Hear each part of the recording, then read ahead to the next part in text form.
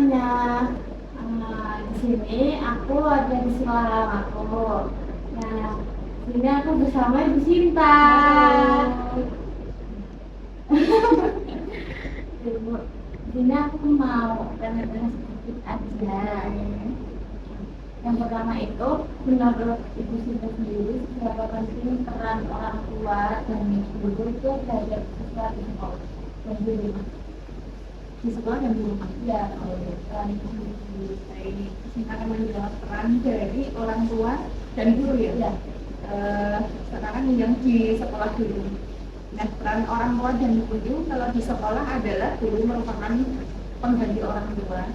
Yang jelas orang tua menitipkan amanah anaknya kepada sekolah agar nantinya tidak hanya dididik secara pengetahuan saja, namun dididik karakter dan juga moralnya, sehingga akan jelas berbeda anak yang bersekolah dan tidak bersekolah terkait dengan pendidikan karakter itu sendiri. Jelas kalau dia di sekolah berarti pengganti orang tuanya kan gurunya, sehingga perilaku yang dicerminkan terhadap orang tua di rumah itu akan tercermin pada saat dia berperilaku juga di sekolah. Gitu. Yang kedua adalah peran orang tua dan guru kalau di rumah gitu ya. Nah, karena dia di rumah adalah tanggung jawab orang tua, sehingga memang segala bentuk perilakunya menjadi tanggung jawab orang tua. Tetapi kita sadari bahwa pendidikan pertama seorang anak itu ada di keluarga, sehingga keluarga adalah fondasi awal di mana pembentukan karakter itu ditanamkan. Nah, korelasinya apa? Apabila di rumah itu sudah terbentuk secara karakter, maka di sekolah itu hanya tinggal meneruskan, sehingga bentuk hubungan antara orang tua dengan guru itu akan sinkron. Lain hal apabila di rumah itu sudah ada miss di dalam mendidik karakternya, maka akan tercermin juga di sekolahan seperti apa yang menjadi kebiasaan di rumah. Nah, ini tadi pertanyaannya adalah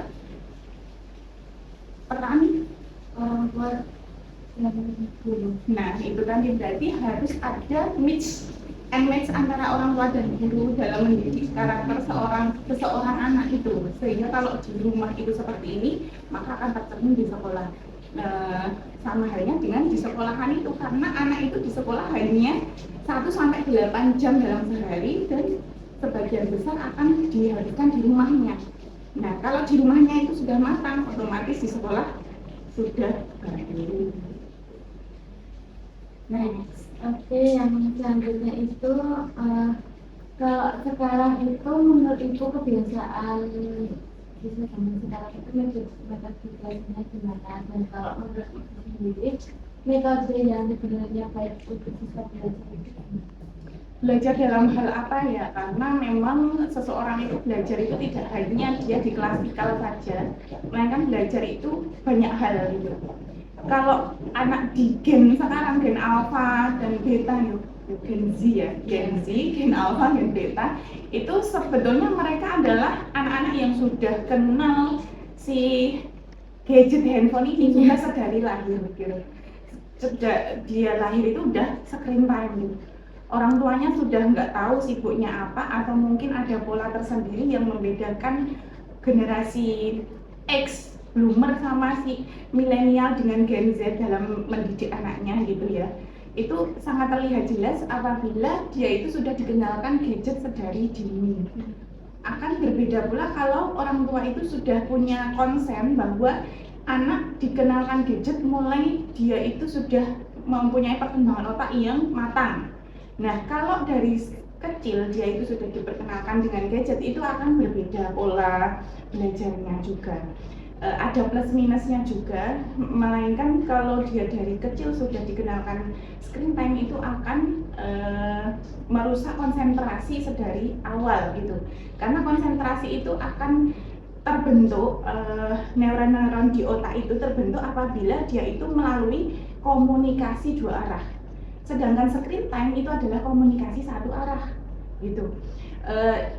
perkembangan bahasa ataupun pengetahuan itu harus diterima dua arah sejak dini gitu, sehingga apapun kosakata dan lain sebagainya itu akan diserap, karena anak itu kan melalui spon ya, kayak spon gitu, menyerap ilmu itu seperti spon. Dia anak sampai dia SD SMP itu adalah masa-masa gold yang dia itu menyerap pengetahuan dengan cepat. Nah, sangat disayangkan apabila dia sudah bebas menggunakan gadget sedangkan dia belum bijaksana dalam menggunakan gadget. Artinya bijaksana itu belum mengetahui dampak negatif dan positif dari si gadget ini. Nah, karena di Indonesia sendiri itu si gadget ini sangat bebas gitu. Situsnya itu kalau tidak dikendalikan oleh orang tua itu akan sangat bebas dan akan mempengaruhi baik psikologis dan juga perkembangan otak anak gitu. Nah, kalau cara belajar itu setiap anak berbeda Mbak. Kalau dulu dikelompokkan ya, siswa itu belajar visual, auditori, kinestetik itu sudah nggak zaman lagi. Karena memang anak-anak sekarang itu lebih cenderung ya yang aku buat nyaman itu yang mana, ya itu yang aku jalanin gitu. Nggak bisa serta-merta dia visual aja tanpa auditori, itu semua saling melengkapi sih. Nah, kuncinya kalau mau dia nyaman ya dia harus mengetahui aku tuh enaknya cara belajar yang seperti apa. Tidak bisa orang lain yang mengarahkan, karena yang mengetahui dirinya itu belajar seperti apa itu dirinya sendiri. Nah, seperti Bu Sina itu kalau belajar itu tidak pernah belajar di rumah, tapi belajar di sekolah dengan cara dipahamkan saat di sekolah saja. Sampai rumah nggak belajar lagi gitu. Jadi kita gimana caranya 8 jam di sekolahan itu ya paham pelajaran yang kita dapat begitu. Beda lagi kalau orang yang cenderung auditori, nanti gurunya menerangkan, dia mau musikan, dia mau sambil dengerin apa, itu bisa nyerap ilmu juga gitu. Maksudnya dia punya kemampuan kalau dia mendengarkan itu lebih cepat ditangkap. Ya, gitu. Ada juga yang melalui rangkuman, misalnya dia melihat apa terus dia bikin mind mapping sendiri biar dia lebih cepat dalam memahami dengan gambarannya sendiri. Nah, itu visual. Beda lagi kalau yang dia harus jalan muter kelas atau sambil gerak-gerak badannya. Nah, itu beda lagi. Jadi sebetulnya yang bisa mengetahui cara dia belajar adalah dirinya sendiri. Gitu. Kalau dari sekolah sendiri hanya memfasilitasi ya, maksudnya guru menampilkan video tayangan ataupun listening dengan bahasa Inggris listening atau dengan film, terus ada olahraga dan lain sebagainya, itu untuk menyeimbangkan aja sih kemampuan di otaknya gitu. Terus ini yang terakhir Bu. Kalau dari Ibu Sinta itu harapan Ibu untuk pendidikan di masa depan itu gimana? Karena kan sekarang teknologi kan sudah canggih banget ya. Jadi Ibu Sinta itu harapan yang bagus untuk pendidikan di masa depan itu gimana? Pendidikan itu tadi Bu Sinta bilang, pendidikan tidak hanya pendidikan yang formal akademik saja, melainkan ya ada pendidikan non akademik dan juga yang penting adalah pendidikan karakter. Sehingga memang Bu Sinta menilai, karena Bu Sinta ini generasi milenial ya, yang notabene kenal HP itu baru SMP kelas 1. Nah, nek kalian kan beda, udah dari kecil udah kenal HP gitu. Apalagi udah masuk ke generasi si Covid ini. Nah, adanya si Covid ini yang stagnan harus belajar di rumah, kan mau nggak mau anak itu harus pegang HP. Orang tua yang tidak memberikan HP ke anaknya mau nggak mau membelikan HP, ya nggak fenomenanya. Karena memang guru juga melakukan pembelajarannya daring gitu. Nah, mau nggak mau kan si gadget ini diberikan ke anak yang belum cukup usianya untuk bermain gadget gitu ya. Tetapi kan itu tadi tergantung pendidikan di rumah. Karena pun kita berikan HP, kalau orang tua itu punya manajemen bagaimana cara menggunakan HP dan lain sebagainya, ada batasan, lalu situs apa saja yang bisa dikonsumsi anak, itu kan akan bisa terkontrol ya. Nah, kalau harapan ibu ya sebelum dia belajar itu harus pembentukan karakter dari dia di rumah itu sudah matang dulu, gitu. Kalau harapan ibu kedepannya ya orang tua itu harus selalu belajar, bukan hanya menitipkan anaknya ke sekolah, melainkan menjadi pribadi atau nanti pun kerja atau tidak, itu orang tua itu harus belajar untuk mengajari anaknya. Itu sih. Bu Sinta sendiri selaku guru itu juga masih belajar gitu. Apalagi yang menjadi orang tua, yang baru jadi orang tua gitu ya. Bu Sinta kan termasuknya baru jadi orang tua. Itu aja yang perlu dipelajari banyak sekali. Bagaimana harus mengusahakan biar mempunyai waktu dengan anaknya, biar anaknya itu tidak fatherless maupun motherless gitu ya.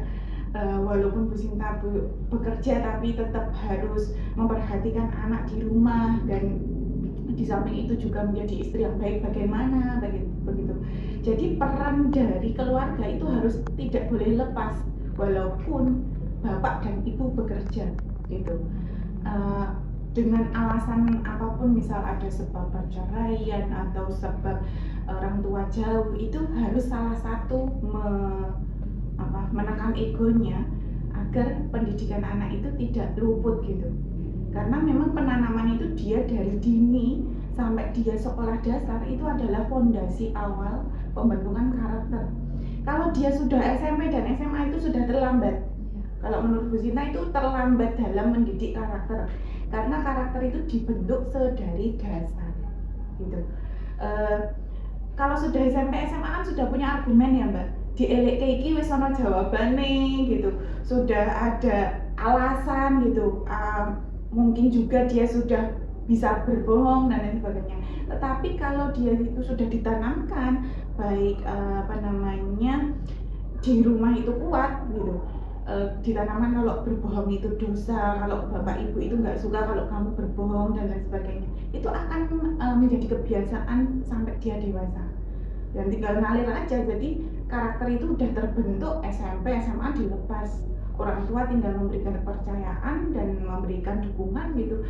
Nah itu akan berbeda dengan dia yang tidak sama sekali dikontrol dengan orang tuanya gitu. Dia salah juga dikatakan salah gitu. Kalau SD itu kan udah bukan pribadi yang anak kecil ya. Kalau balita kan belum tahu nih salah benar. Tapi kalau dia sudah kelas 7 itu sudah harus ditanamkan pendidikan adab gitu, dan juga perilaku di keseharian. Jadi salah katakan salah, benar katakan benar. Kalau dia salah ya di punishment, kalau dia bagus juga diberi award. Jadi tidak hanya dihukum tapi juga diberikan hadiah. Kalau harapan Bu Sinta ke depan lagi ya itu tadi ya, terkait dengan pendidikan karakter gitu. Sebelum dia pintar itu harus punya adab dan karakter yang kuat. Karena percuma dia pintar tapi minteri uang, percuma dia pintar tapi dengan orang tuanya bilang bapak kira ngerti, ibu kira ngerti. Kan banyak ya anak zaman sekarang itu mau menyalahkan kayak orang tuanya yang ketinggalan zaman gitu ya. Itu kurangnya adab Mbak sebetulnya. Karena orang tua kan yo beda lah zamannya, dia hidup di zaman dahulu dengan yang sekarang yang memang pengetahuan mau pintar tuh gampang banget gitu. Pengetahuan aja, nggak usah sekolah, kalian homeschooling aja itu udah bisa, nggak usah di sekolahan. Kenapa harus ada sekolah? Ya karena ada peran guru di sana yang membentuk karakter gitu. Guru tuh berat Mbak, apalagi nanti Mbak Diva jadi guru BK ya. Berat sekali apabila ada anak yang memang bawaan dari rumahnya seperti itu dan kita berusaha memperbaiki gitu ya. Tetapi kan beda lagi, dia pulang itu ada terapi di rumah enggak. Jadi kita memperbaiki di sini tapi di rumah tidak, itu nonsen gitu. Kita memperbaiki sampai berbusa itu kalau di rumah tidak didukung oleh orang tua dan orang tuanya malah memasrahkan kembali ke orang tua, ke guru, itu udah nggak ada match sama sekali. Karena ini tadi yang di awal adalah harus adanya sinergi antara orang tua dan juga guru gitu. Itu lagi sekali lagi kalau sekolah itu bukan wadah untuk menitipkan anak, karena kembalikan lagi lah dulu dari kecil bagaimana dalam mendidik anak, apalagi nanti kembalikan lagi ibunya bagaimana madrasah pertamanya gitu. Kalau anak nakal terus nanti malah orang tua kebanyakan menyalahkan sekolahan gitu, harusnya kan dikembalikan lagi lah di rumah seperti apa kebiasaannya gitu kan. Banyak kasus seperti itu Mbak Diva. Jadi besok kalau menjadi guru BK ya harus belajarnya itu juga tidak hanya belajar di kampus, tapi belajar studi kasus gitu. Selain studi kasus ya psikologi pendidikan juga, psikologi anak. Asik sih sebenarnya kalau belajar psikologi, iya nggak? Kebesinta aja di pendidikan matematika itu merasa kurang dulu belajar psikologi pendidikan anak ya. Karena memang sangat relate di kehidupan kalau kita udah terjun ke kerjaan gitu. Gitu. Ada lagi? Terima kasih.